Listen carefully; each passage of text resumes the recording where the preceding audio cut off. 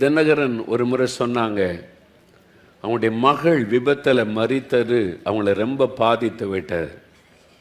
அவங்களுடைய மகளுடைய மரணம், அவங்க கை ஒடிஞ்சு, அதுக்கப்புறம் ஆண்டவர்கிட்ட சொன்னாங்களாம், இனிமே எப்படி நான் பிரசங்கம் பண்ண முடியும் ஆண்டவரே? ஆண்டவர் அன்புள்ளவர், தன் பிள்ளைகளை பாதுகாக்கிறவர் என்று எப்படி நான் மேடையில் சொல்ல முடியும்? என் மகளையே நீங்கள் பாதுகாக்கலை, மற்றவங்க அப்படி தானே சொல்லுவாங்க. நான் எப்படி நீங்கள் அன்புள்ள ஆண்டவர், பாதுகாக்கிற ஆண்டவர்னு நான் எப்படி பிரசங்கம் பண்ண முடியும்? என்னால் முடியாது.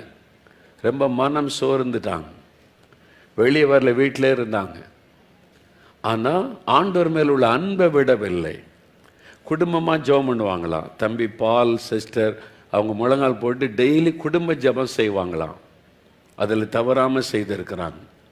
ஒரு நாள் ஒரு மீட்டிங்கில் அந்த அனுபவத்தை சொன்னார்கள். டெய்லி பாட்டு பாடி குடும்ப ஜெபம் மட்டும் பண்ணுவாங்க. மன சோர்ந்து போய் இருந்தார். அவங்களுக்குள்ள பல கேள்விகளாக இருந்தார்.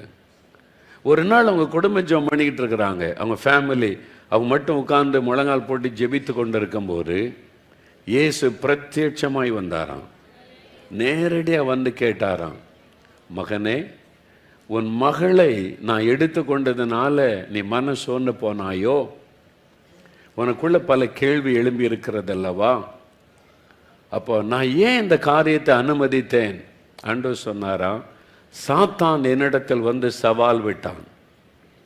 நீர் அவனை பயன்படுத்த காரணம், அவனுக்கு எல்லா ஆசீர்வாதம் கொடுத்துருக்கிறீங்க, பிள்ளைகள் கொடுத்துருக்கிறீங்க, நல்ல வேலை கொடுத்துருக்கிறீங்க, நல்ல வருமானம் கொடுத்துருக்கீங்க. ஆசீர்வதிக்கிறதுனால தான் இயேசு நல்லவர்னு பாட்டு பாடி ஊரெல்லாம் சாட்சி சொல்கிறாரு.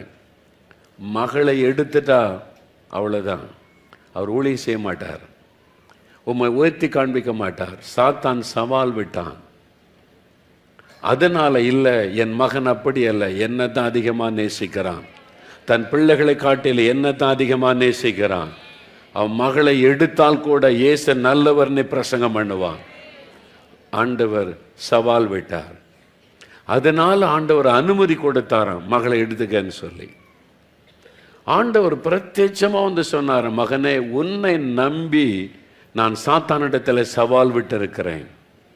என் மகன் இன்னும் தீவிரமாக எனக்கு ஊழியம் செய்வான் அப்படின்னு சொல்லி நான் உன் மேலே வைத்த நம்பிக்கையில் சாத்தானிடத்தில் சவால் விட்டேன்.